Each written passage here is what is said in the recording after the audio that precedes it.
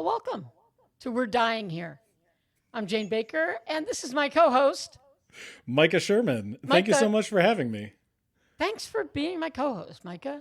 Oh, right. You're not having me. We're I'm both not. having each other. Yeah, I'm not. But Yeah. you're engaged, so I'm definitely not.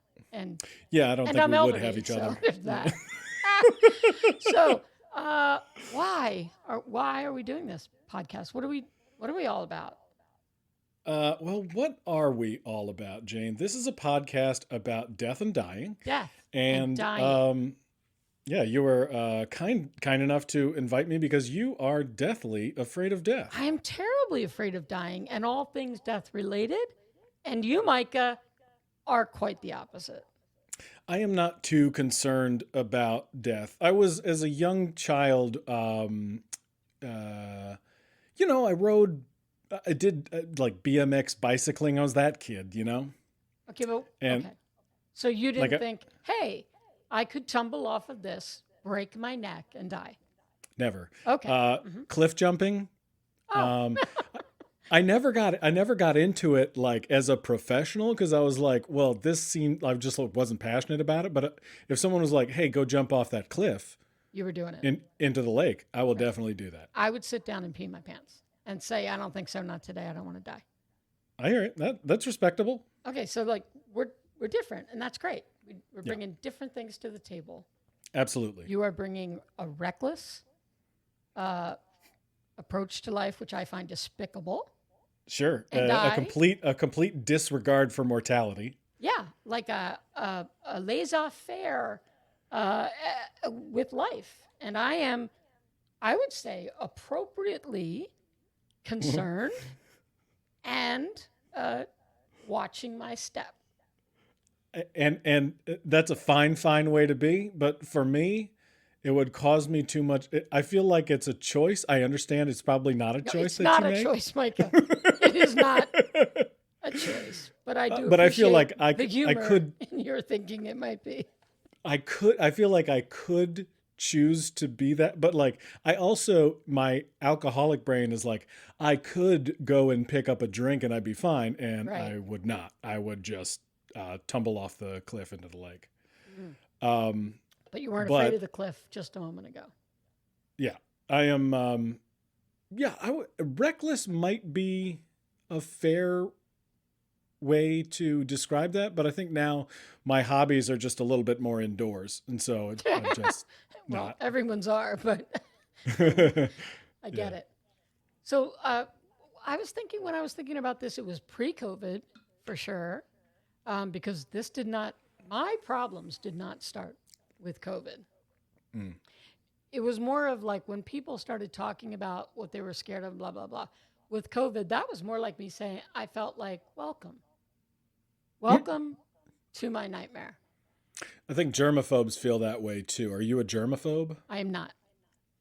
Well, I think I stayed with a germaphobe for a while, and she felt completely justified in double wiping all the groceries, and she was like, see, I've been telling everybody my whole life.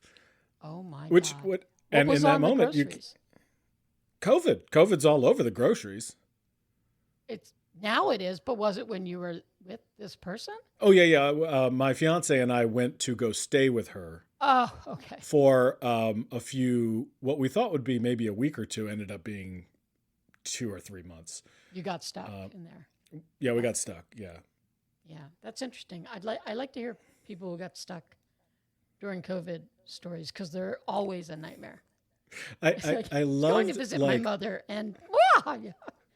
like COVID, like when it first hit, people didn't know what was going on. And so Right. people that had just been like dating for a couple weeks and had spent the night at each other's homes were like, yeah, I've been with this person for 3.5 weeks and this was not a choice at all. I would like to go back to my home now. Yeah. And people are like, no, you can't leave your house. And they're like, oh, okay, I guess we're very getting to know each compatible. other real well. Yeah. Wow, that's crazy. That is crazy. I have heard of a lot of people trying to date in the age of COVID, and I think it's just stupid. You're going to die single, so why try? Why would you? I'm just Why kidding. would you say that?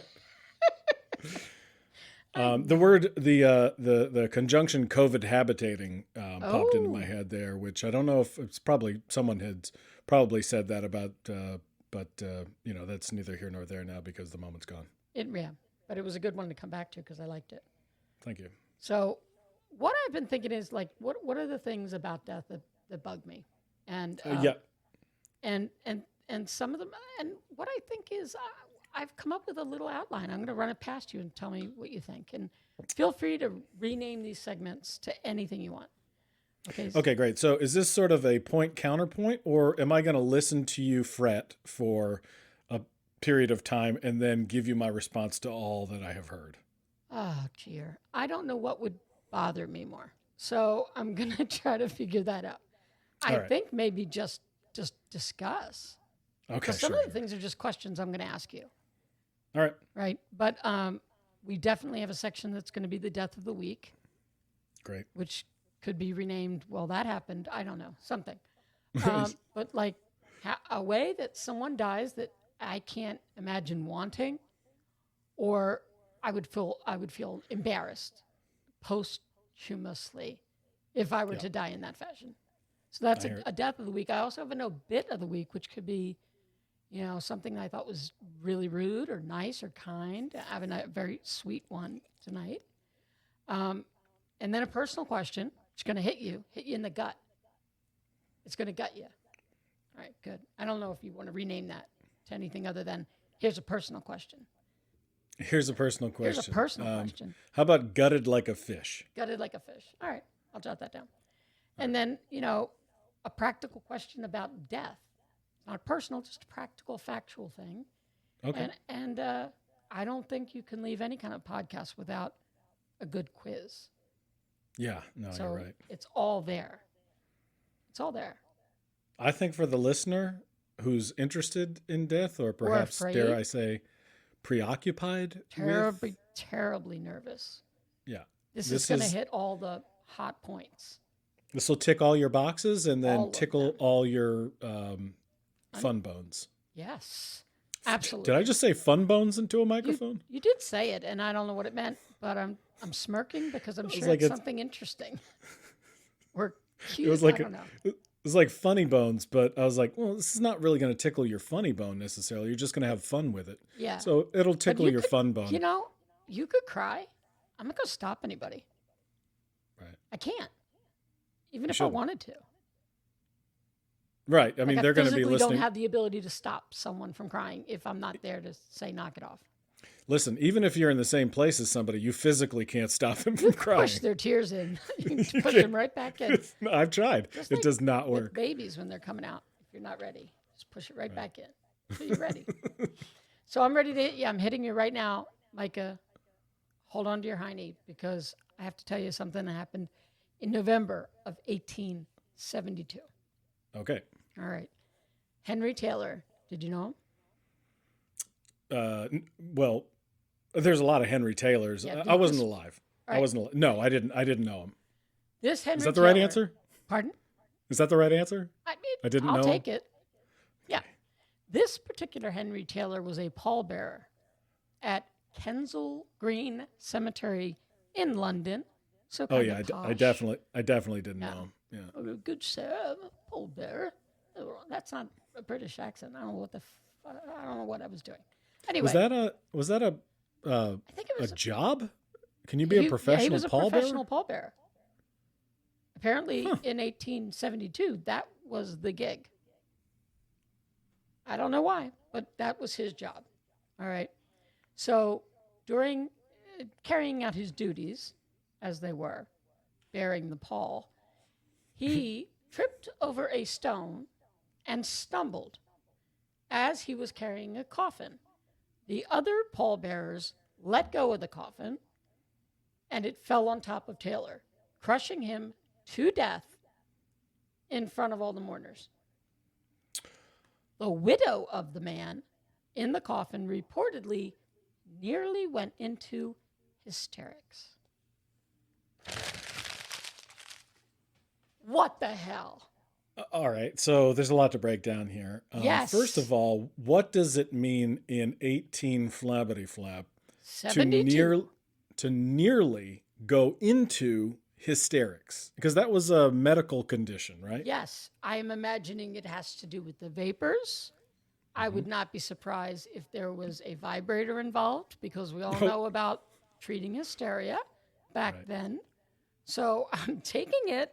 She was aroused and also the vapors.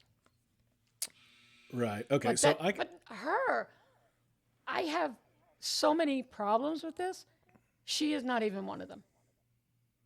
Yeah. So let's forget about her. Yeah, because she, you know what? She's married to a dead man. Right. Yeah. It's not getting any better for in her. 1872. She's as good as dead herself. Yeah, I mean, she probably had another week at best. Right. Just being alive. You've got everyone is diagnosed with a week left as soon as they're born in 1872. Sounds about right. So all right. So Henry Taylor, yeah, carrying some stranger's coffin, paid to do it. This is his job. Didn't have enough. This guy didn't know enough dudes to carry his coffin. Nope. So his poor widow has got to pay out of her pocket. Yep. For the funeral, and then the pallbearers, and then Henry, of which there were apparently several. Got to be at least 4, right? So he may have been an obese man, which is fine. I'm obese. I would take at least 20 pallbearers. I'm technically an obese man as well. Yeah. And, so definitely a lot of pallbearers. Sure. Let's say for argument there's 6. Let's say 4. Let's say 4 because like if there's the reason there's 6 is because if you lose one, you got 5. You got 5 and 5 dudes can carry a coffin. So you think this might have happened pre that rule that you should have 6? He might be the reason for the rule. Yeah. Okay. Yeah. Okay. So let's say there's 4 guys. Right. Yeah, 4 people, but I'm guessing they're guys in 1872. At that time, women were not given the right to pallbear. Right. As they had a right to do as a human, but society was backwards back then. Yeah. So he slips. He trips on a stone, which you would find in a cemetery. Absolutely. You should definitely be on the lookout for that. Like that would be 100% in your job description. Watch out for the fucking stones. You're going to trip. Because as we all know, in a cemetery, a lot of digging going on. You're unearthing a lot of stones. And a whole lot of stones. Right. Stones to mark the grave, stones the kids threw at the cemetery. Right. I didn't even think about the kids throwing stones at the cemetery. Well, didn't you play games like that when you were a kid? Like throw stones at the dead? I played throw stones at windows, and then the police came to my house when I was 8, and that set me straight. Guess who won't call the police if you throw stones at them? Dead men. That's right. Dead men call no cops. And that is a fact. So, all right. So he trips on a stone, and then 3 other pallbearers are like, I can't handle this. Nope. Even though they're allegedly professionals. They just step back and go, I'm out. It's gotten awkward. They're also paid. Let's keep that in mind. What do we know about this Henry character? What did he do?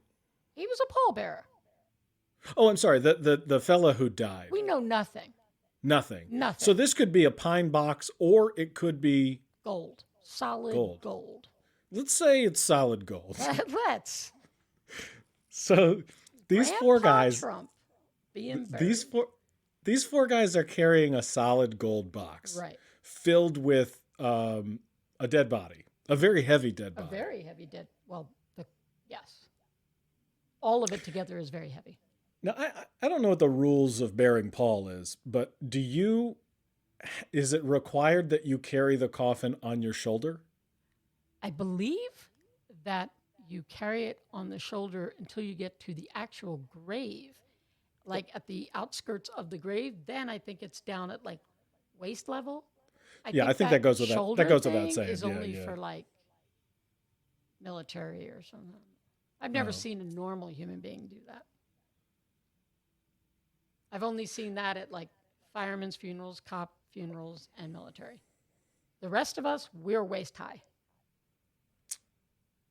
Well, then how did it fall on him? He must have pulled if he's carrying it at waist high and he trips over a stone, he Right. must have pulled the whole thing on himself. Well, I think, like for me, when I start to fall, I grab onto Yeah. something. He was Sure. already holding on to something. He just Right. pulled that something onto himself because let's face it, the three others just kissed him up to God. They were like out. Yeah. And Yeah. of course it went in his direction because they all got out of that obligation that day. Sure. But I mean, they were I set would. up for another obligation. Right. I'll just go to the next town Well, and they be a had to pallbearer. pallbearer Right? for his funeral, I imagine. They're just scrounging up business Right. at this point. So here are some of the big problems I have with this. Okay. If I imagine reincarnation, which I don't really like. Anyway, but let's imagine I was him. Okay. I've died at someone else's funeral. Yeah. So all the people there are not mourning me. They're not even there for me. I probably don't even know them. But I die at someone else's funeral. I've got to handle the humiliation of taking the focus off of the dead guy and becoming a dead guy. Not only that, all of my relatives have to now know that I died from being crushed under a coffin. That it was my job to carry. Like this guy was like this guy couldn't let this other guy have his moment in the sun. Right. It was his funeral. And he was like, he's like, oh, I'm also a dead guy. Look at me. I'm a dead guy. I'm so dead. Why don't you care about me? Yeah, exactly. Oh, you think this guy's a good dead guy? Look at how good I am. Not only that, he's not such a great dead guy because he just killed somebody from the grave, from very close to the grave. Oh, yeah. So there are layers there that if that were me, I'd be mortified. Yeah. This is not a way I want to go. No, I don't think I'd want to go that way. No, I have not even begun to zero in on how I might want to go, but this is definitely on my list. Top 10 ways I don't want to go. Pallbearer at another person's funeral, trip on a rock, pull the casket onto myself, die. Probably fell into the actual grave hole, if you think about it. Yeah, I wonder. More than likely. I wonder if it was, internal damage that killed him, the shock of that, or did it fall on his head? I really can't imagine how he would get his head under there. I'm thinking it was a very heavy casket and he was flattened like a pancake. Eyes bulging The article out and didn't stuff. say that, but I imagine that he was very flattened. If it's enough to send a widow into hysterics, Quote, hysterics. yeah, it's Very probably near. Oh, very near. Very near. So borderline hysterics. Well, I mean, if the coffin falls down at a funeral, that's enough to send a mourner into. Anybody could go into shock. What the hell? Right. That's my loved one. And now they're bebopping all over. Everybody wants that. Yeah, and I'm sure those are the words she used too. Bebopping? There goes Henry, bebopping all over again. But it wasn't Henry. Henry was the pallbearer. Oh, you mean she was like Henry's bebopping? No, Maybe I she keep had I keep something mistake. going on with Look, Henry, and she was losing both her guys. I keep making the mistake of Henry was because like Henry's also a dead guy now, so, Yeah, so it's hard. we don't know the dead guy's name. right. Well, they're both dead.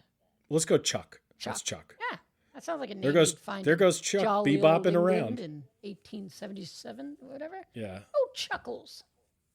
old Chuckles. Old Chuckles. The old pallbearer. Chuckery ding dong. Yeah, I got a job down at the pallbearery. All right. Yeah, no, so tripping and getting crushed by a coffin at someone else's funeral, definitely a bad way to go. I don't know if it's top 10 for me, especially if it kills you immediately. Well, here's the thing. You can think it would kill you immediately, but here's what I think happens. Like, I think your soul hangs around for the next 24 hours to find out if you're going to be mocked.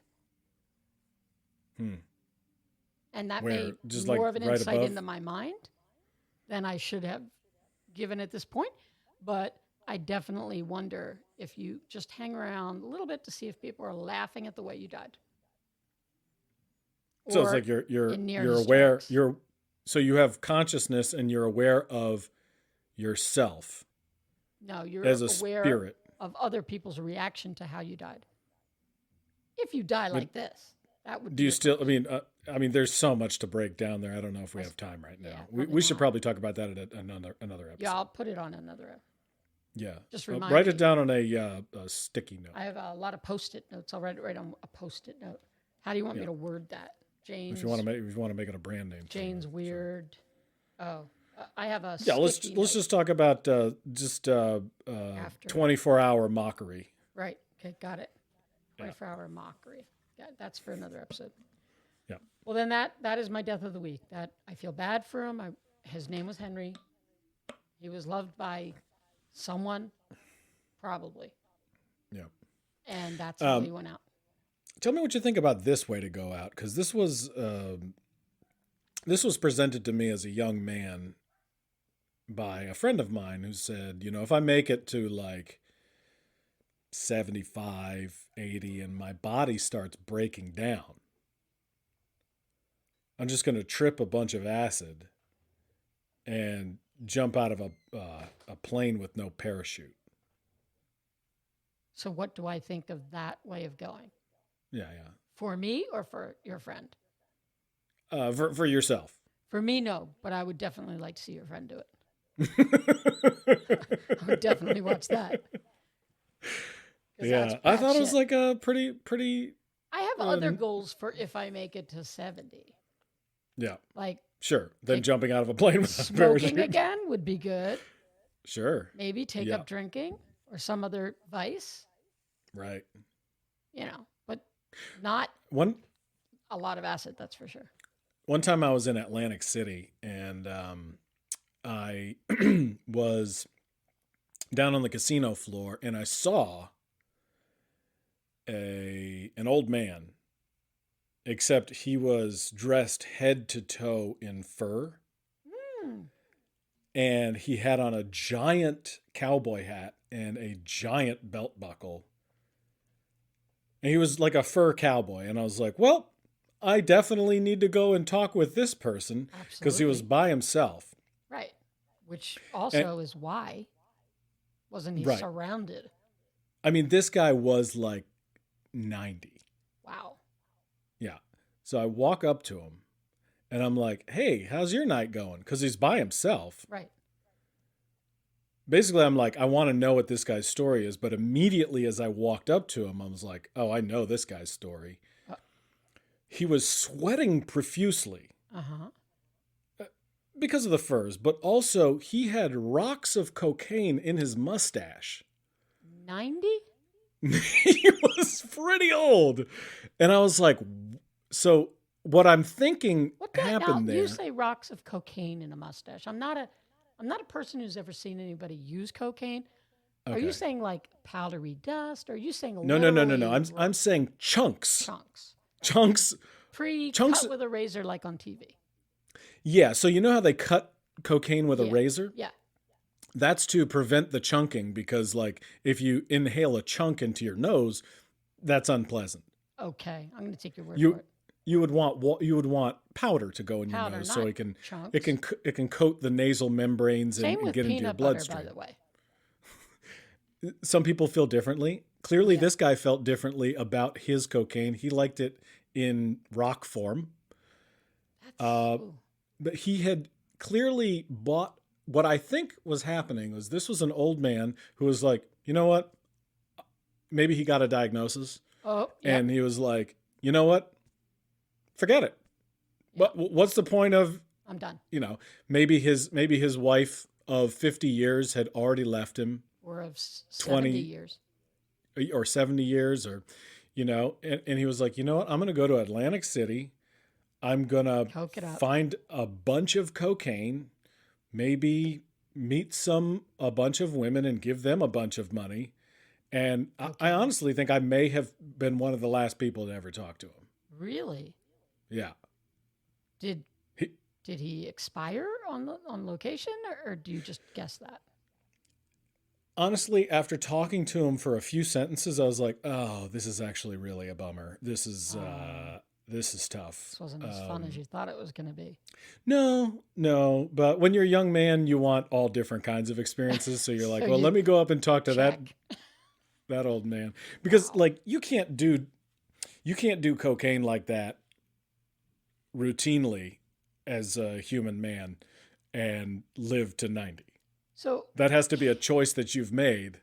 what You're like, I'm wondering is do you think, like when you were saying maybe you got a diagnosis and he decided to do this, do you think he had previously used coke, or he was like, you know what, I'm 90, what's this cocaine they're talking about? that I don't know. I mean, clearly, maybe he chunks. had not Tell done me it you're in not a a long, connoisseur. It tells me it was not routine for him Yeah. if he's got chunks in his white mustache. Right. Ugh.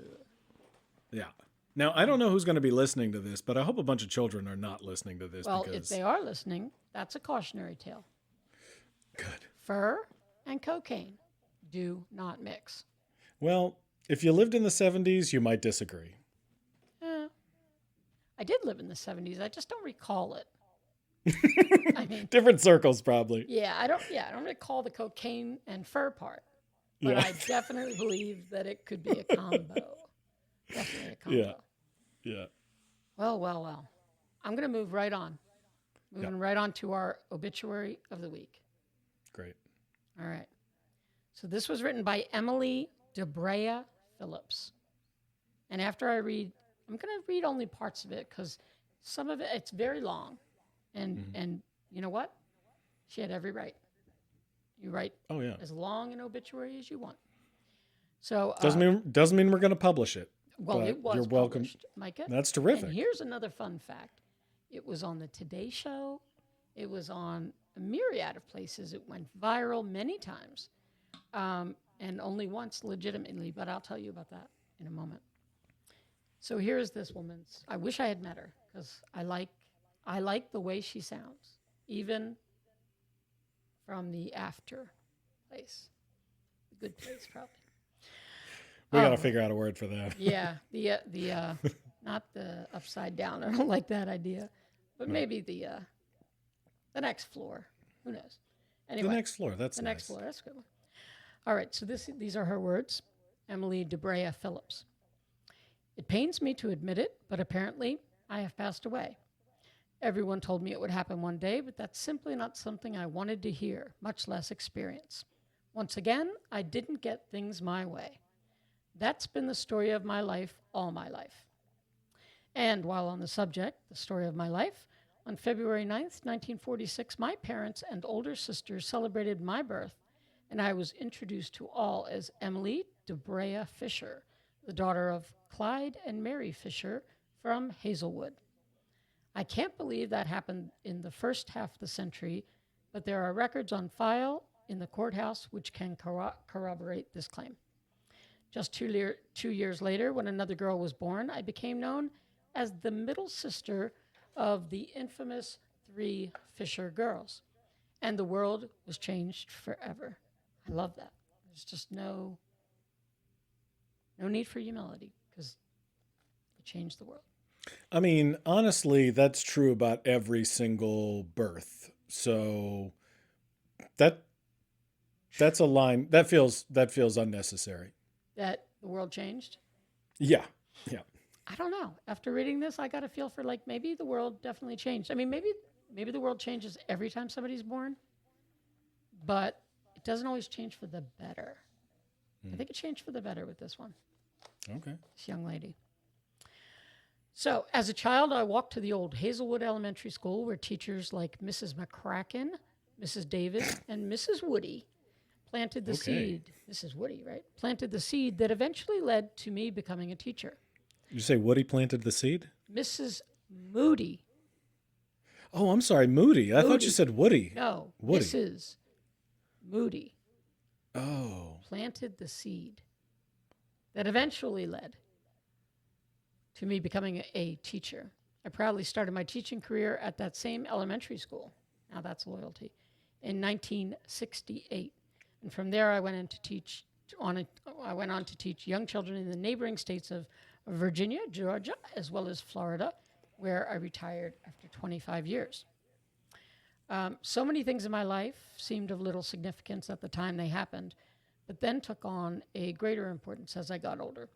The memories I'm taking with me now are so precious and have more value than all the gold and silver in my jewelry box. Memories. Where do I begin? Well, I remember mother wearing an apron. I remember daddy calling square dances. I remember my older sister pushing me off my tricycle on a cinder driveway. I remember my younger sister sleepwalking out of the house. I remember grandmother Nani, who sewed exquisite dresses for me when I was little. I remember grandmother Mama Tay wringing a chicken's neck so we could have Sunday dinner. I remember being the bride in our Tom Thumb wedding in first grade and performing skits for the 4-H club later in grade 5.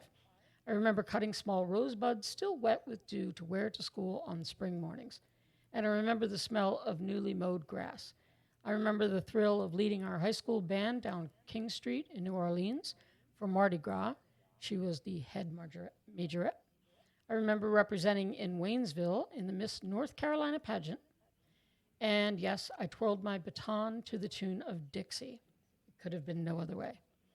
I married the man of my dreams, tall, dark, and handsome, on December 16th, 1967, and from that day on, I was proud to be Mrs. Charlie Phillips, grand diva of all things domestic. It goes on and on and on, just like beautiful memories, so much beautiful stuff about her children, her kids, and I like, she really cherished her grandchildren. There's quite a bit about them in there. But this is the part that I really, really loved. She said, so I was born, I blinked, and it was over. No buildings named after me, no monuments erected in my honor. But I did have the chance to know and love each and every friend as well as my family members. How much more blessed can we be? So in the end, remember, do your best, follow your arrow, and make something amazing out of your life, and never stop smiling. If you want to, you can look for me in the evening sunset, or with the earliest spring daffodils, or amongst the flitting and fluttering butterflies. You know I'll be there in one form or another. Of course, that will probably comfort some while antagonizing others, but you know me, it's what I do. I'll leave you with this. Please don't cry because I'm gone. Instead, be happy that I was here. Or maybe you can cry a little bit. After all, I have passed away. Today, I am happy and I am dancing, probably naked. Love you forever, Emily. Sweet, right? That was very sweet. I mean, But she lost me at Dixie, but yeah, you're not a Southerner. no, I'm from North Carolina. Oh boy, howdy. Yeah. How do? How do? Yeah. So what do you make of that? I wanted to have permission to use it, and so I did a little research and on the Facebook, and I found her actual daughter, who was super charming and very sweet right off the bat. Like, when you talk to somebody for 2 seconds and you're like, I would like them. Yeah. Like, even on messaging, I was like, I would like this lady very much. And she had told me that, that her mother had been sick for a while and she had time to do this. But the thing that was really fascinating was she told me that after it had gone viral, people started cutting and pasting other people's names into it and publishing it as their own obituary. I know. Are you grasping what I'm saying? I mean, I would expect Melania Trump to do that. Exactly. But she is fortunately still with us. But yes, other people. I know. Why would you do that? Okay. Now I know why you have brought this up. Yes. Why is that? Who would take somebody else's life story? Well, as you were reading it, I was like, well, it's not super specific. Right. I left out a whole lot about her exact family members and things like that she had done. But people would leave the exact family members in there? No, they'd substitute their own. Is that insane? That is so basic. Yeah. That's so weird. And one thing, I should get it off my phone because I want to I want to phrase it exactly as the daughter did because it was really interesting. But Why would you do that? I That doesn't know, make any sense. right? Her name is Bonnie Phillips Upright, sweetheart. And she, she also told me that a book publisher used an excerpt from the obituary in a book of recipes. I know, it's nuts. With permission? No, without permission. That's so weird. I know, right? So she said every 6 months it pops up on social media, this obituary that her mother actually wrote. And she was rightfully outraged. She said the thing that upsets her most when it's plagiarized is that it implies that these other people didn't even have their own story. Like, Yeah, their that's life that's really wasn't sad. Like, recounting. Yeah. You know what? I'd like to think, this is not to take away from this woman's life or the extraordinarily well-written obituary that she had written for herself that Right. obviously a lot of people feel strongly about and relate with, and you know. Yeah. I'd like to think that this is an obituary that has been around since the beginning of time and nobody knows where it came from. And the woman that you spoke to online was just a keeper of the obituary. Because it needs to feel like somebody originally wrote it, but no one actually originally wrote it. Really? Wouldn't that be wonderful? That would be awesome. But I don't think so. I don't think that's the case. No, but that would be cool if she was just the curator. Who Right. could use it and how? But no, I mean, obviously there's so many People are stealing it. They are stealing it, literally. It's very bizarre to me. You know, Yeah. I was as you were flabbergasted, reading actually. it, I was like, oh, it's the concept of writing one's own obituary is interesting to me too, because I'm like, well, what does it matter to me? I don't. It makes a little difference to me. It would make a difference to the people I'm leaving behind. Right. So why not let them do it? Well, I think her take on it, which I really love, was that this was more like a love letter than an obituary.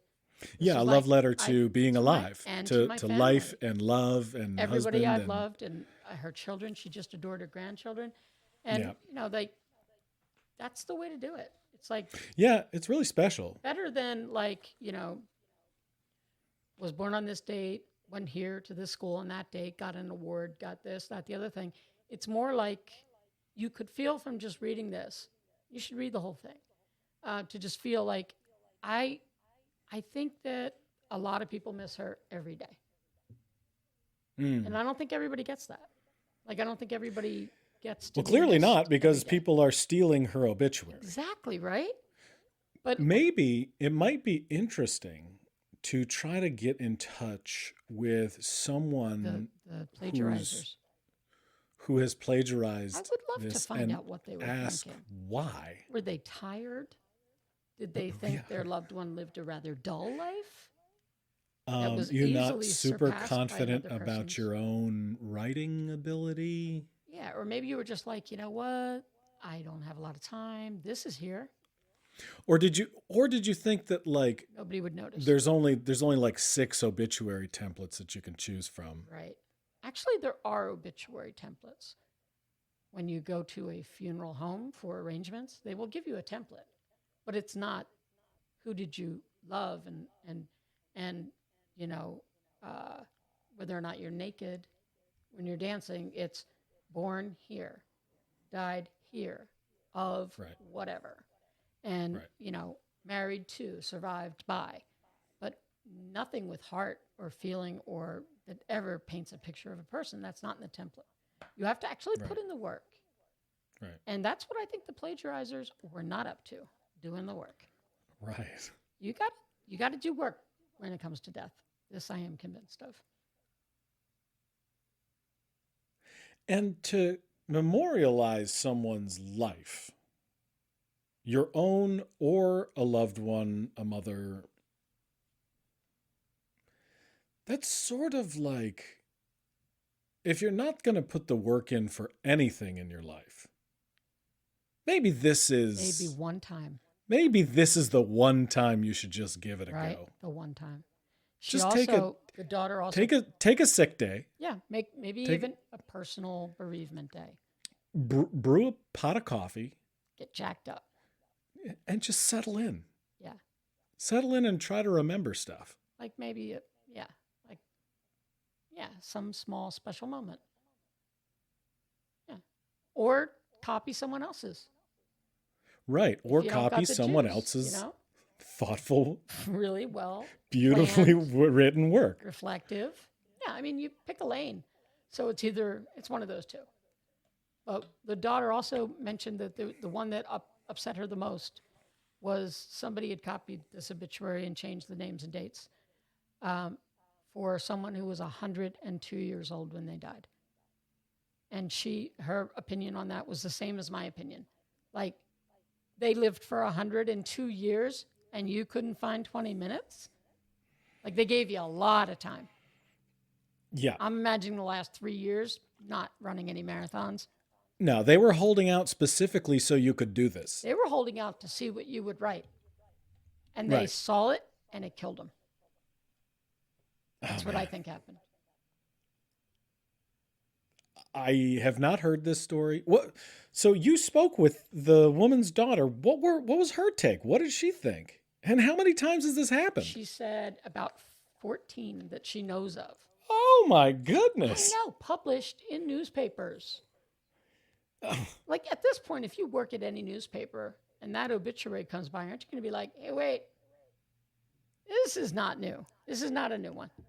Yeah. And also, you can just throw a few sentences into Google and see if it's been written anywhere before. Right. You could take any line of this, put it in Google, and you'll find this obituary. You'll find that obit. And apparently you'll find 14 others that are very Boy, similar. that is a bizarre story.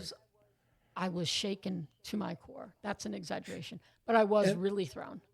And so, I was not when you said near hysteria, but I was definitely. I think I wrote what several times because I just was like, wait a minute, what? What? They used what? That is just one of those things where you're like, what? I know, like who would do that? It almost takes more effort to do that. To do that, right? Than to write down, guess what? My mom was an asshole. You know? Right. Your mom was an asshole. Write down your mom was an asshole. Right. Good riddance, God bless. But they didn't do that.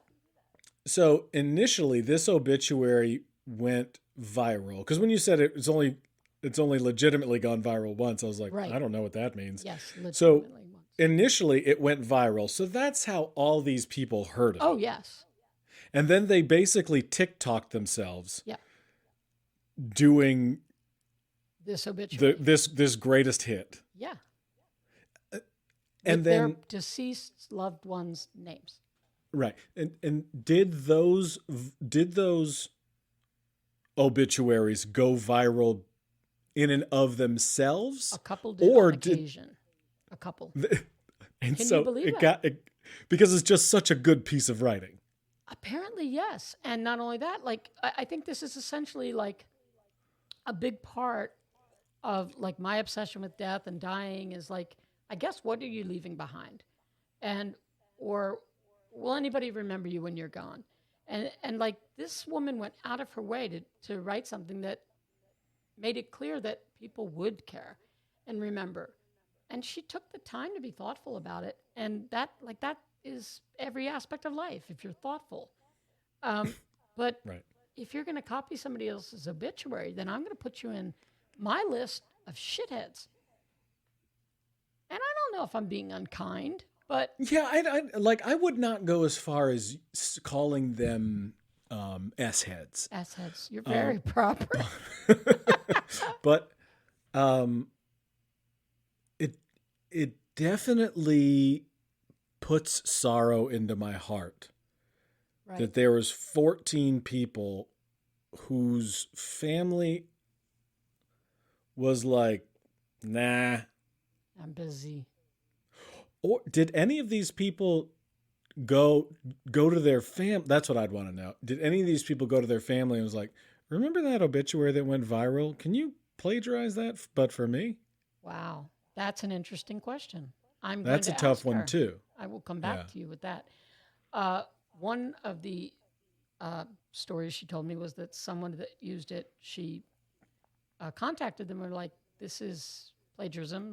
This is my mother's obituary," and they came back at her and said, "Actually, I don't remember who she said it was, but it was a relative of the deceased, was having some substance abuse problems, and took it upon themselves to do that." So I assume they apologized, but also put the blame on an addiction of some kind. An addiction Well, to good writing.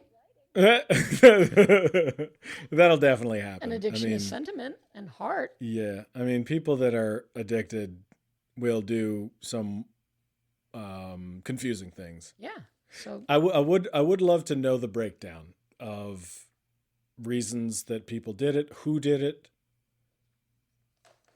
I think we've got to follow up for the next. I think we need to podcast. have her on as a guest and ask her these questions.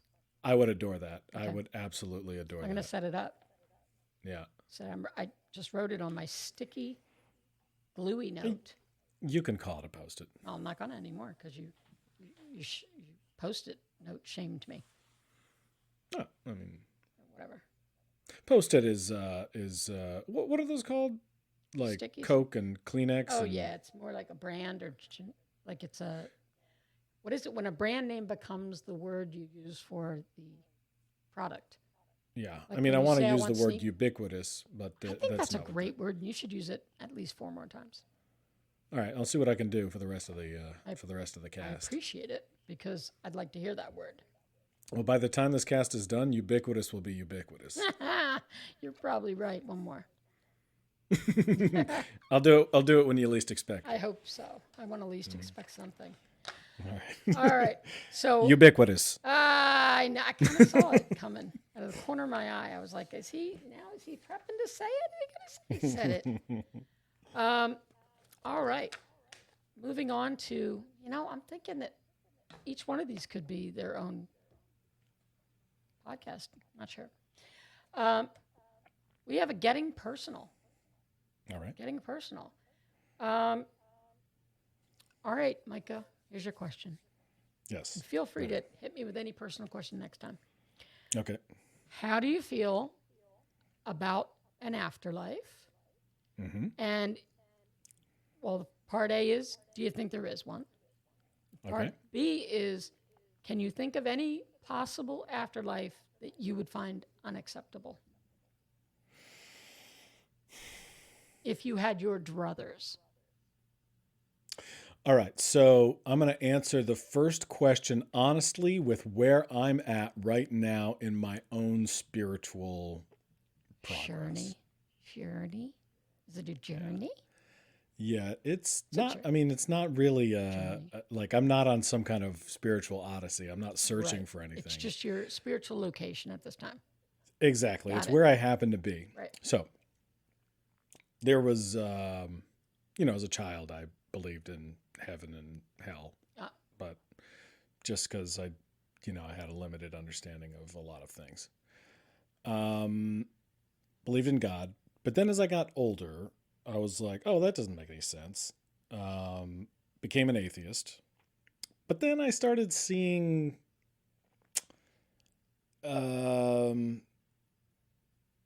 connections that shouldn't be there. And I was like, yeah, actually, there's a lot that we don't understand about the creation of the universe and the likelihood of life actually existing, period. And consciousness, we don't really understand what consciousness is. So, scientifically, that is. Right. I don't believe there's a scientific explanation for everything.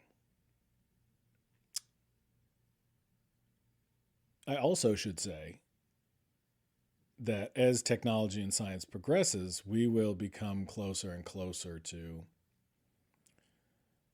computers having the same computing power and abilities as the human brain. and then neuroscience. You've seen the movie Her. I did not because it creeped me out. Oh, well, check it out. Okay. And we'll talk about it next week. All right.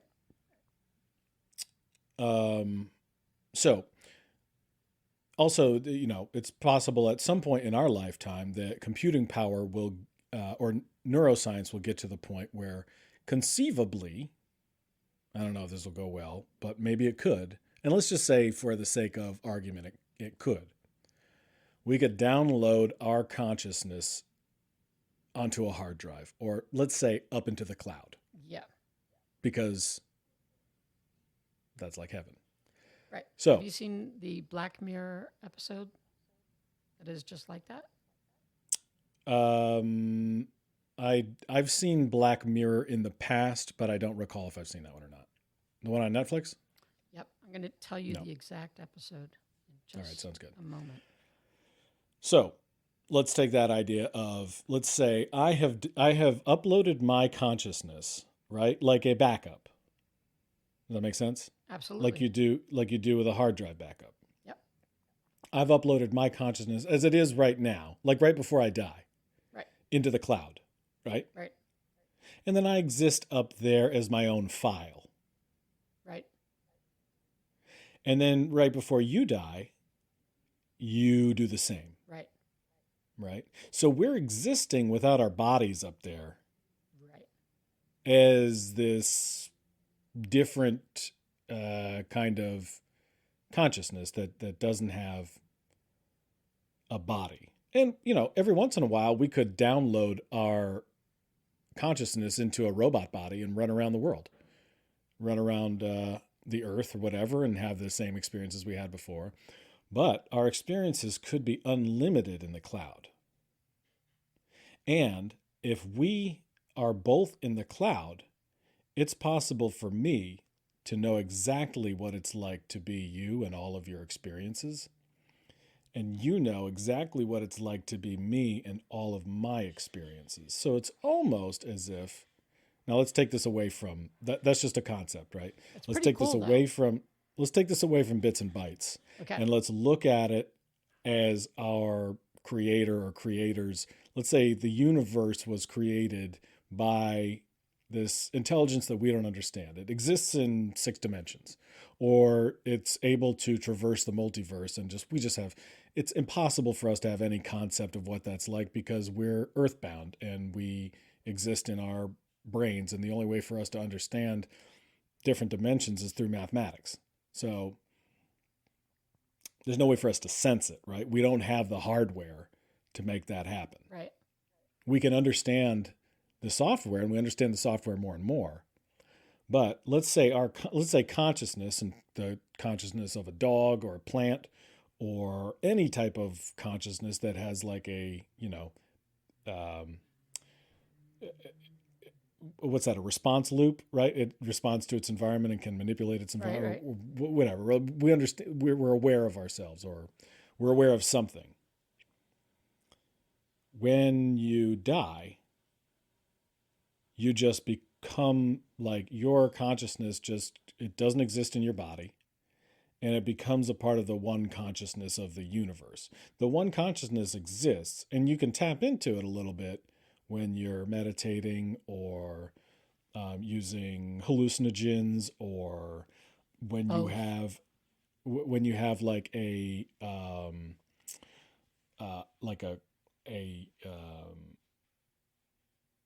out of body experience, or you see, when you experience God, it's your consciousness, your soul, that is tapping back into that one life source. And then when beings are born again, there's a little that cloud, or that, let's think of it as like a sea, right? It's just a sea of consciousness and life. When a being is born, a little droplet comes down, and then that exists in that body, right? So that's why we have this fallacy of a self.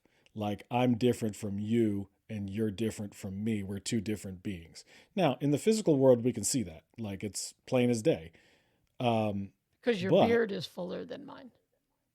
what's that? Because your beard is fuller than mine.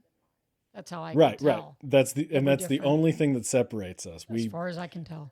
We have the same Yep. glasses. We have the skates. We wear the same clothes. Yep. We, Much. And listen, in a multiverse somewhere in the multiverse, that is the case, that I'm we sure. are exactly the same except for my beard. But so when the little droplet of spirit or soul or consciousness comes into the body, that's when that's when the computer is not tapped into the internet. Okay. And it's just running by itself, and it's creating new programs, and it's doing its own thing. But when you pray or when you meditate, you're like tapping back into the internet. And then when you die, you become the internet. Okay. So when you die, so that's why it was interesting for me when you were like, yeah, I think your soul sticks around, and it just sees if people mock you afterwards. Yeah. I'm like, yeah, that definitely could be the case. Sure. Before it's like, you know what, and that maybe that's what ghosts are, right? Yeah. They're just But watching like, to see if you're mocking them. just don't mock me and my body. I have a right? real big humiliation issue, I suppose. I'm wondering. All right, I'm going to give you I think a heads up. that's my belief system as far as like an after. That's where I'm at right now, as far as like what an afterlife could be. San And Junipero. like when you die, Yep. when you die, you don't have a sense of self anymore, is what I'm saying. Okay. Right? Like I'll know exactly what it's like to be you, and you'll know exactly what it's like to be me, and it's like pure empathy, and not even that. It's just no difference. It's exactly the same. Okay. But reincarnation could be that like the soul was up there for a while, but it didn't get too mixed in. You know what I'm saying? Its own little area? Yeah, it stayed in like a little bubble, and then it came back down like COVID bubble. And so that's where, and that's where like 3-year-olds are like, yeah, I totally remember this white picket fence and being an old lady, and that's my granddaughter. Stuff freaks me out. Yeah, it's creepy, right? Yeah. It's so crazy. But there's so many instances I know. of that. And now, like the internet, We should has done a lot definitely of talk things. more about that. Definitely, it has introduced a world of pornography, but it is also, Thank the good Lord. yes, praise Jesus. But it has also, I think, kept people from being isolated. Like I'm this one person over here who's had this experience, and I keep it to myself. And now you can go on the internet and say this happened to me, and 94 people are going to hit you right back and say, me too, which is the 100%. start of the Me Too movement, if you didn't know. 100%. Yes. 100%. Exactly. Absolutely, that's the case. And I only think in the long term that means good things. I think it means great things. It's like finding out what other people make as a salary at work. How does that hurt anybody, right? But people want to keep it to themselves because they think they have something better and they want to cover, keep it to themselves. You know who it hurts? The boss. The boss man with the money. Right. And so the internet, I do believe, is the great equalizer. I agree with you. Yeah. San Junipero is the episode from season 3 of Black Mirror. Highly recommend it. It's all right. I'm going on Netflix right now. I and don't recommend that, but I do recommend watching it. It's pretty much, well, it's very close to what you described. Also, there's a TV show called Upload. Have you heard about it at all? I haven't. You should watch it. It's funny, irreverent. It's by one of the same people that I think is from The Office or Parks and Rec, one of those. It's a very interesting look into exactly what you were kind of talking about. So is that on Netflix also? Upload? I don't know where it is, but I do know I saw it. So that means it's either on Netflix, Hulu, or Amazon. All right. So I hope that narrows it down. All right. To 3. Yes, it does. Yeah.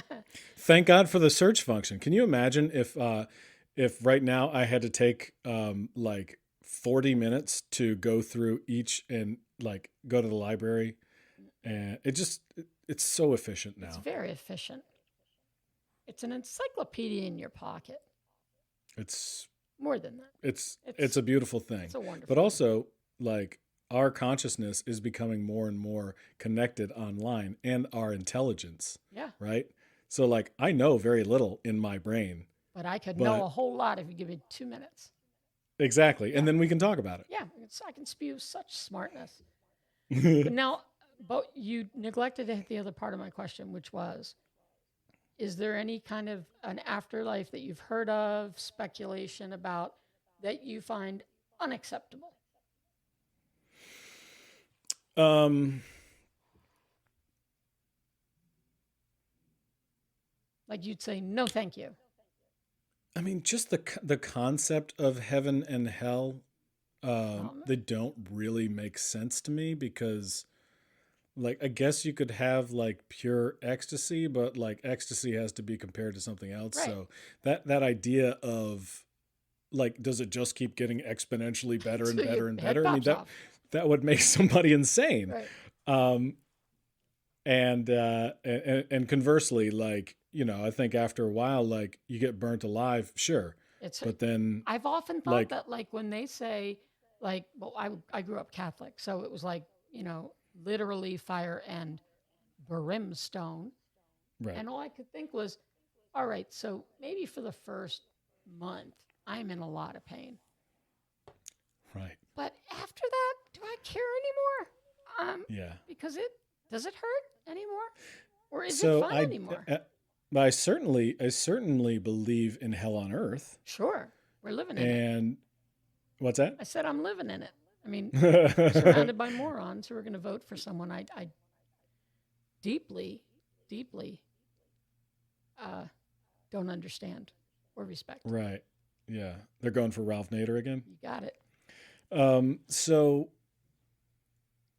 I also believe in being close to God on earth and this ecstasy of like a runner's high, Yep. or you know Like what a I mean? Like meditation I do high, believe. right? Like, What's that? isn't there like a meditation high or a, Meditation yeah, high, or just a high. like I do believe marijuana? that, like, It yeah, the gets you first high. time that you drink alcohol and have a beautiful night with the girl that you have been having a crush on for years, I mean, that's heaven on earth, Decades. right? Like, Could be decades. yeah, yeah. You never know. Uh, you never know. For me, But yeah, I do believe in both on earth, but the concept of these extremes, I think you would get used to hell, and I yeah, think that you would get used to heaven. yeah. And I just don't understand. Like, I can't fathom the concept of it in my tiny earthling mind. Right. So what I'm wondering is, Micah, you die and you go in, and there's St. Peter next to a pearly gate. Are you going to be like, I'm out? No, I'll be like, let me in, dude. I've heard great things about this place. Okay, so that's not one that's one that you can't really grasp. It doesn't make a lot of sense logically. No.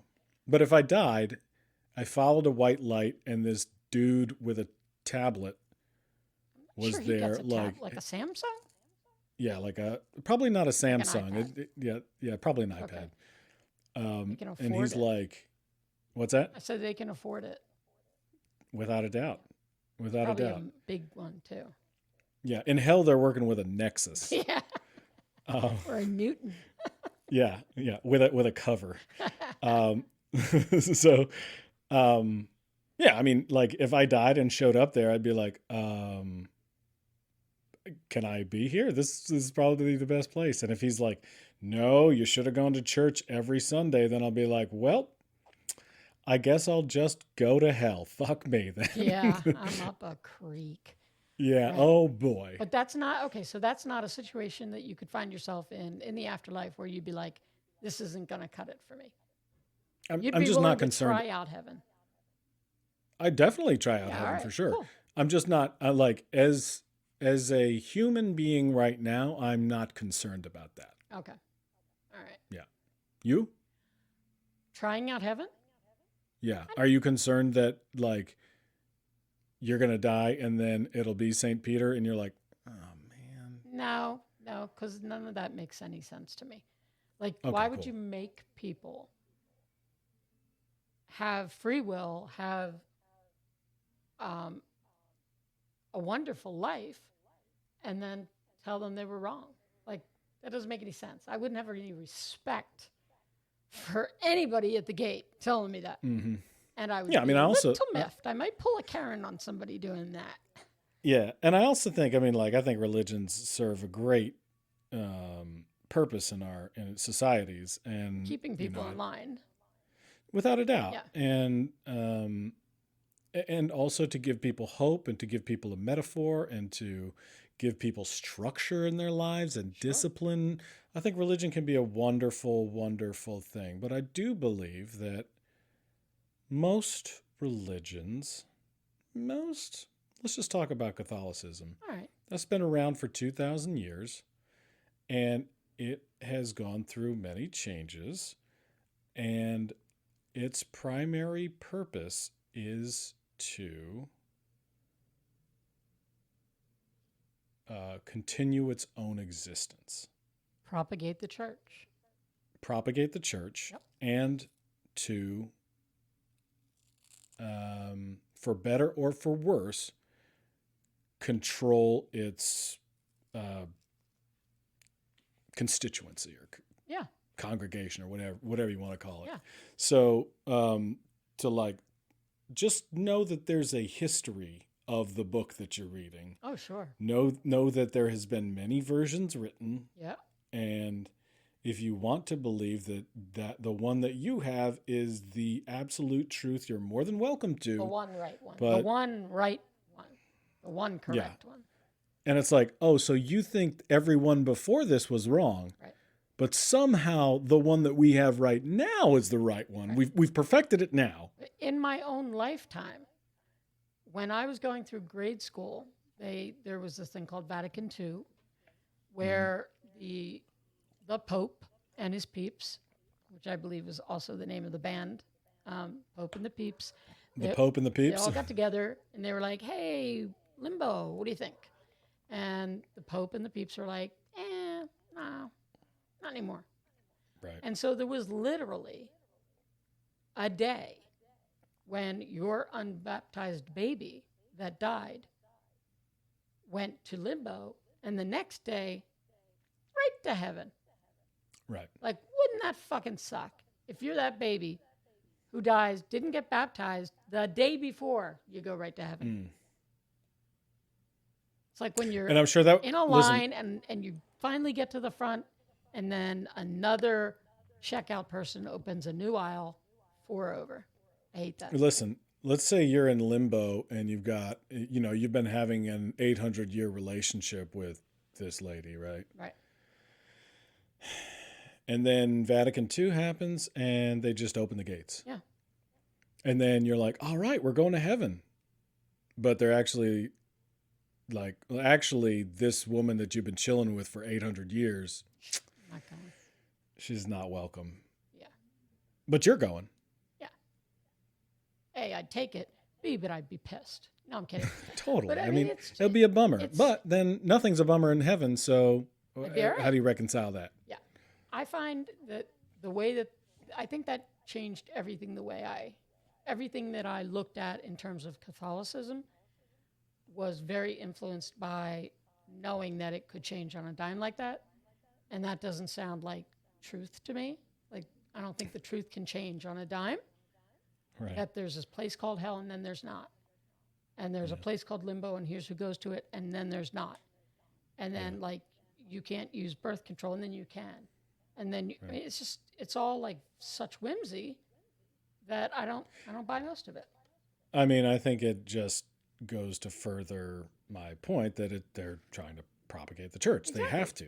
And it's interesting because I was talking to a friend at work the other day about how some people you meet, they're Jewish, but they're not religiously Jewish. They're culturally Jewish. And I feel like I'm a Catholic, but I'm not religiously a Catholic. Like I meet another Catholic and I know it right away. Just in the way, just in the kind of way about them. Like, oh, you're a Catholic. It's just like when you meet an Irish person, besides their hair and the short stature, the leprechaunness of it. Other than that, I know it right away. Yeah. You know what I mean? Totally. Yeah. I mean, I think culture is a really ubiquitous thing. It Did you have fun with that ubiquitous? I didn't even notice it, so I'm so far gone. It's Drunk off my ass. I got bubbly here. it, anyway, I think we're I think culture is very, very powerful. It's so much of like emotion is the powerful thing, right? Right. It's the sticky thing that sticks around. Yep. It's not content. Right. It's not logic. It's not reasoning. Right. It's culture. It's emotion, and culture is so is defined by emotion. Right. So Like yeah, when it I doesn't stopped going to surprise the me. Catholic Church, I knew I knew I was no longer welcome in the Catholic Church, so that was kind of a bummer. But what I missed about Was it though? Was it a bummer? I missed the people. I missed Yeah. like I think it's a lot like meditation. Like, you know, when you're sitting Yeah. in a church and you're just going over these prayers, you're not thinking, you're just doing it. And then like you shake everybody's hand, you say peace be with you. It's just like you're in a trance. And it's very peaceful. Yeah, I mean, I've been to Catholic mass just a few times. Same thing with synagogue. Same thing with I've been to a bunch of different. I've been to mosque, and as an outsider, I'm like, this is all just like a bad time. Yeah. This isn't fun. Like, well, It's what are we not doing usually here? full of fun. No, but the community aspect of it and the cultural, emotional, feeling closer to God aspect of it, Right. I totally see as something that. But like sometimes we like to hear the same stories at bedtime when we're kids, right? And Right. so like every Christmas, when you go on Christmas Eve, as I was growing up, we would go to Christmas Eve Mass and hear the story of Jesus being born. It was like, I know this story. This is familiar. I like this story. It's a nice story, right? Nobody dies in this story. I did Right. not like Easter. I was not a fan. Oh, that's a tough one. Yeah, not a fun story. Nope. If I'm going to be in church, I want to hear a good story. Oh, for sure. Yeah. So I guess we're going to move on from the personal question because I think I know where you are Yeah. Okay. at Cool. this moment. At this I moment, could check that's in where next I'm at. week. You could be somewhere else. It's totally possible. More than likely would be. Right. Yep. Yep. I'm changing day to day. I'm going to hit you up with a practical question that relates to death and dying. Okay. My practical question is, why don't more people want to donate their organs when they die? I think there's a couple of I think there's a bunch of reasons. The primary one being that if something happened, if you have a donor symbol on your ID, and something terrible happened, right? Right. Big catastrophic thing Like where you're- people are missing all kinds of body parts. Like maybe you trip in a graveyard and you're a pallbearer. No, I'm And a talking about like casket. I'm talking about small meteor hits the Oh, earth. okay. And a bunch of people need organs. If you are so far gone but not dead that they're like, oh, we could harvest some of these organs. Let's let this person die. I think some people are afraid of being prioritized To less die. than other people because they've been altruistic. Let me tell you some things, Micah. Yeah. That question was the exact title of an Atlantic article from 2014. And you touched on the biggest reason, which is Okay. people think that if I go in the hospital, even for a splinter, if they see that I am a donor and there's somebody that they know because they work in the system that needs something I got that's working, which is very few organs at this point, they will not take care of me. In fact, they will impede my recovery because they want my organs. Right. And I mean, that I'm is an a- organ donor. I don't subscribe to that. Right. And it's just there's nothing to be afraid of there. Right. I agree. And I think okay. yeah, I think that is true too. A lot of it is a fear of how I might be treated differently because I'm a donor in not a good way. These are the most practical reasons, though. Yeah. I think there are definitely other reasons, Right. like I don't like the idea of someone rooting around in my dead body. That's it. Yeah. And I kind of have that reason, but yeah, but I can do this. This is the magical way my brain can work.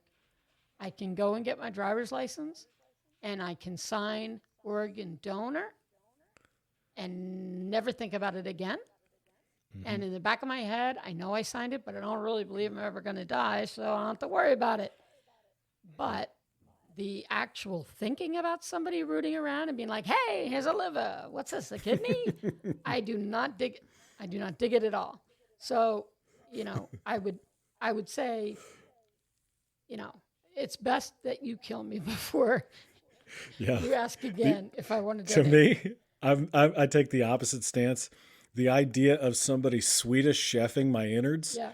and just throwing them all around at an auction, Yeah. I think is hilarious. Really? Yeah, I think it's so kidneys. stupid.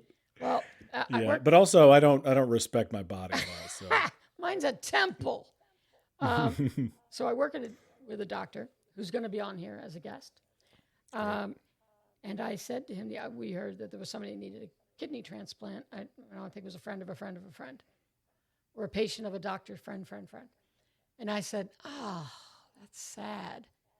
I said, would it be rude if I wanted to offer to donate my damaged kidney? Because I have one really good one. Then I have one they took a little bit off because there was a touch of cancer on it. And he just laughed really hard. And he was like, I'm not sure it's rude, but I'm not sure it would be their first choice. Like, would you like this partial kidney that this lady has? It might help.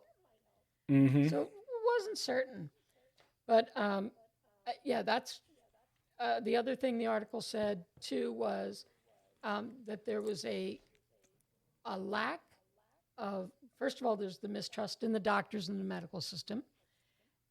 On top of that is a lack of understanding about brain death, because many people who believe that even if you are brain dead, you could come back. And so they don't want to have, like, if I'm brain dead, take my stuff and then let me go, because they think that without the proper education to know that the chances are, I don't think they're good. I'm going to say that. I mean, there's there's like witch doctors and stuff that Yeah. like blow powder in your face that like make you like comatose or brain. I don't know. I mean, I just have met so few witch doctors that I've hardly like, met this any, to be honest. I don't know of it's many. just not a concern for me. Right. I do think that when I die, I'm dead and I don't want to come back. And if it's a possibility that I'll come back from being brain dead, I would like for somebody to finish the job by cutting me open and taking all the shit out. I don't think that's going to You fit know? on your license, but I challenge you to try. Just Yeah, fit that. If I might, just the whole thing. it's Spell too it long. out. Organ donor is fine. So here's a fun fact. In the UK, 90% of people say they support organ donation, but less than 1/3 are actually registered. So there's a big disconnect from saying it, thinking it, and getting your hand to write it Yeah. and actually do it. I think that our perception of human beings may be a little bit skewed, because we tend not to, at least I don't keep people in my life that I find particularly unstimulating Yeah. or like, if you're stupid, you got to have a lot of other positive qualities. Like And there's cheekbones or anything. like Just biceps. anything to account for the lack of ability to say words out of your mouth. Yep. But there's a lot of people out there who just, half the population is below average intelligence by definition. Thank you. So I just think that there's a lot of people out there who may not understand and like have an idea in their head and it's never going to come out. That's why it's important to give children an early childhood education that's full of facts and reality. Nonsense, perhaps. Not stuff that they have to eventually Unlearn. spend an awful lot of time unlearning. Yep. And also, it's a really sticky emotional idea to be like, but your body could come back alive, and that's why they used to put bells above graves with a. Can you imagine being buried alive? Like, of course, that's going to stick in a kid's head, right?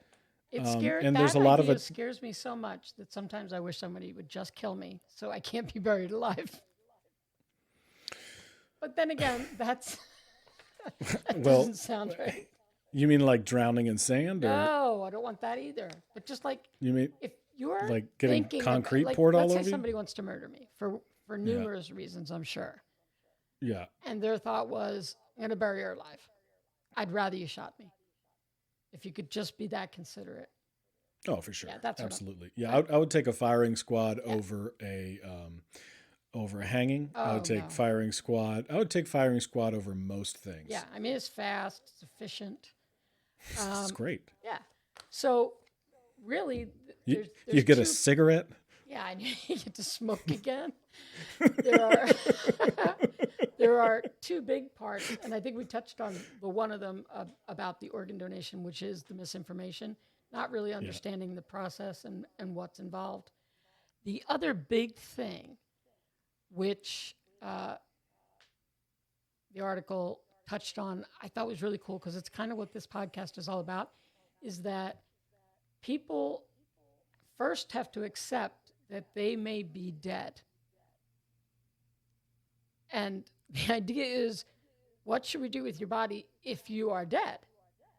And they can't get that far in their mind. Like, I can't go, like emotionally can't go there, philosophically can't go there, intellectually can't go there.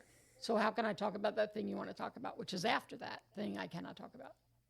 Right. So that's like a huge part of it, it seems, is that until people are more comfortable talking about the fact that they may in fact be one of the few who dies, that when they can deal with that, then they could deal with possibly donating or even making plans for what they'd like to have in their obituary or as a funeral or, what they would like in their will.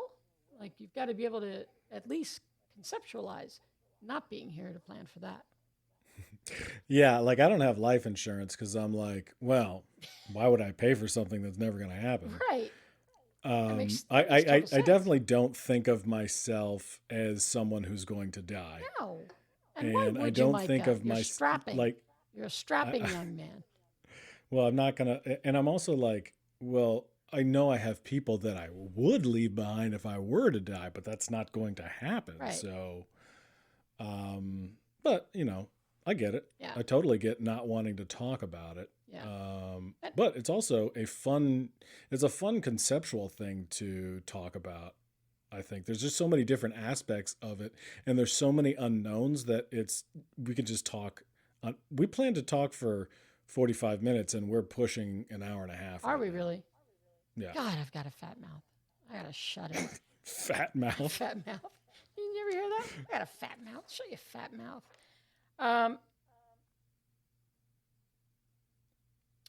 All right. So, yeah, we've talked for a long time. The other thing is that it's a whole other episode to talk about what you think you'll leave behind, or what you hope you'll leave behind, or what you worry about.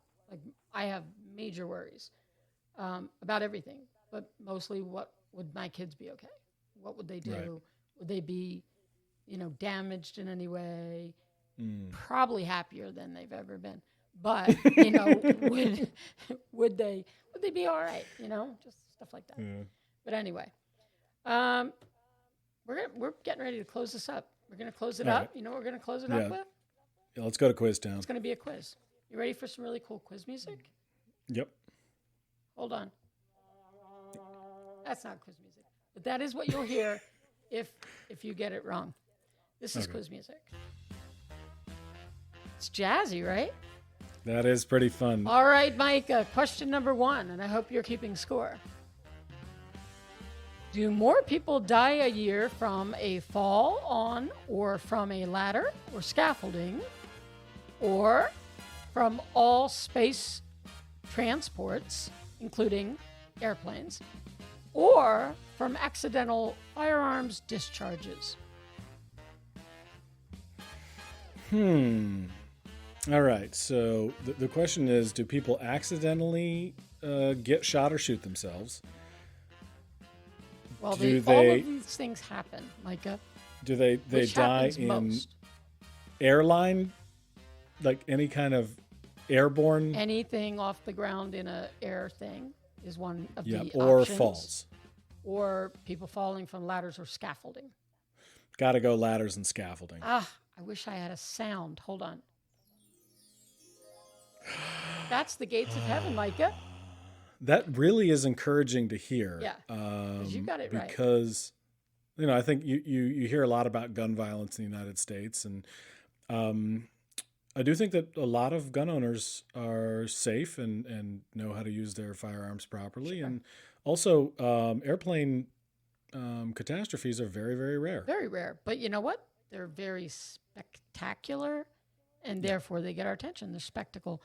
But I will say that as much as I think that people who own guns are really, for the most part, they don't have weapons of war. They don't have AR whatever number is coming out this year, AR COVID-19. Yeah, anything with assault in the as title. Because I live in Vermont. People are hunting. Fine, God bless you.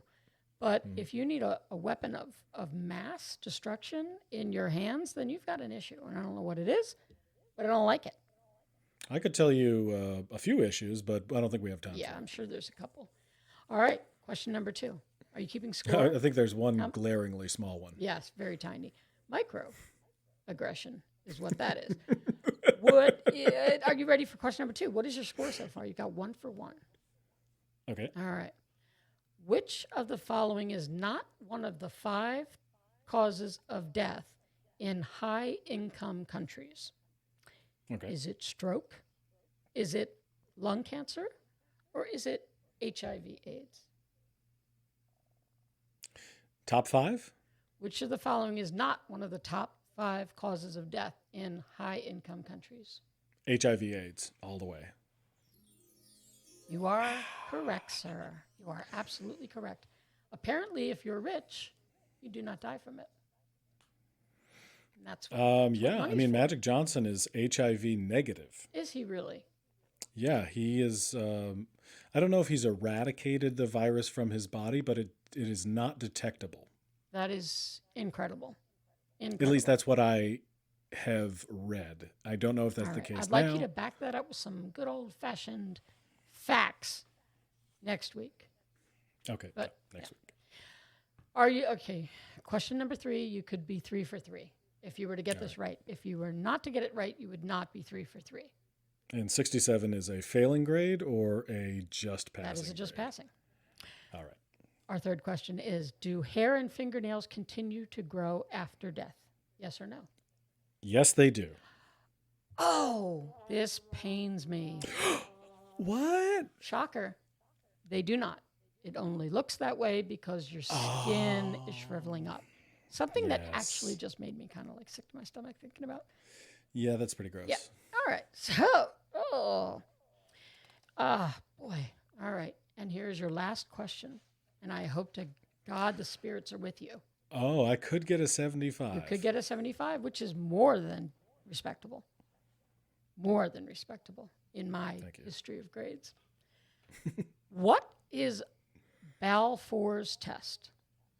Is it a specific series of procedures that ascertain brain death, or an 18th century means of determining death, or a way to check if cardiopulmonary resuscitation was effective? So is it a way to check if CPR was done well? That's one option. Is it a way to contemporarily check for brain death? Also an option. Or is it something from the time period where Mrs. Henry almost went hysterical? Well, the 18th century would mean it was 17 something, but it was very close. Gotcha. In the time of tripping and having caskets fall on people. They're right in the same area. Yeah. I'm gonna go that. That's Balfour's test. That's what I'm going to. Let me tell you a little something, Micah. Before the invention of the stethoscope, you're gonna like this. People performed Balfour's test to check if someone was dead. It went as such. The test involves sticking needles through the skin into the heart, then watching to see if the needles moved, indicating a heartbeat. Then, I suppose, taking the needles out and watching the person really die because you punctured their heart with a bunch of needles. It's crazy. That's a lot. That's nuts. That's a lot. That's nutty. I'm done. You done? I'm done. I'm done. I can't talk about it anymore. I sure had a good time talking to you about death. I had a great time too. I had the best time talking about death I've ever had. It was up there for me. Yeah. It was really up there for me. Conversations about death. Yeah. Let's see if we can top it next time. Let's try it. And at some point here, I would love to talk to you about mummies. Oh, come on. You a mummy fan? No, you enjoy mummies? Sorry. I can't. No? I'll see you next week, Micah. Try not to die. All right. Don't die.